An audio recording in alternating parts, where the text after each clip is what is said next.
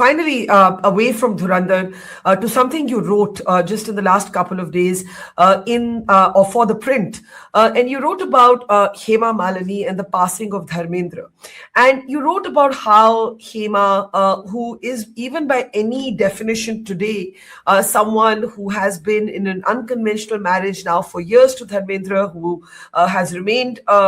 Almost with two households while he was alive, a family with his first wife and his children from that marriage, and then his daughters with Hema Malini.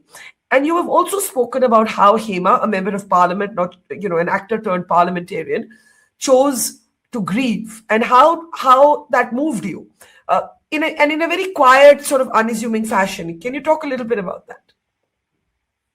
Given the fact that Hema is a towering personality herself, the idea that she chose dignity over making a public display of one-upmanship, I think says a lot about her character. She could so easily have, in a way, it's not a nice word, but hijacked those emotional moments right after Dharamji passed away. I mean, the media would have loved to cover every tear and every gasp that she may have taken and intruded into her privacy and completely stripped her of the dignity that obviously matters so much to her.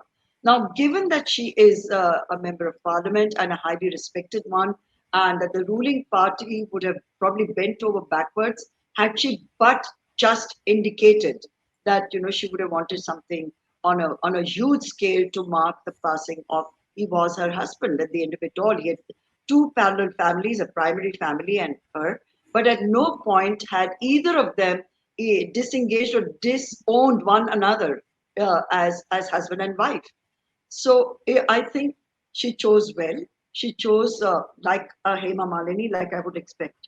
Must have been a particularly difficult and hard decision to be totally left out by the first family from something that she'd spent 45 years of her own life nourishing, cherishing, which had enriched her life, and she had two daughters from this marriage. It must have hurt terribly. But she kept all that for her own private way of however she wished to deal with it. And when she did have a public function, I thought she conducted it just with utmost dignity, or not just for herself, but for the person that she had lost. Finally, you say that it must have hurt her enormously at the primary family, in a way, keeping her, you felt, and you wrote this also, at an arm's length, and yet she chose to not react to that at all. Are you struck by the sort of very quiet unconventionality? Like when you meet Hema Malini, otherwise it's not like she's some rebel.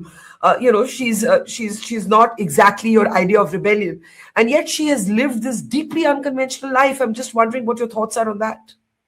She is a hugely confident, hugely courageous person. She lives by her own belief systems, and I respect her for that. At the time when she was the dream girl, she still is the dream girl. She could have literally married anybody, but she married for love against a huge amount of opposition. And I would say I would give equal credit to him, because he also didn't shy away from making her his wife, legally wedded or otherwise, but certainly giving her the respect, the position, the status of being his wife. And they both arrived at a very intelligent way of managing the two households, where she never expected him to move in with her.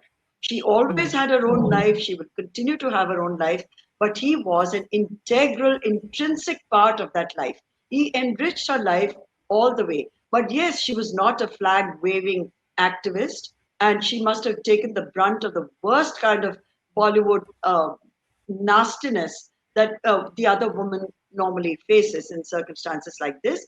But Hema is Hema. She will not bend. She was marching to her own drummer. She will always do that, or dance to her own tal. And that's what makes her who she is, an extraordinary person.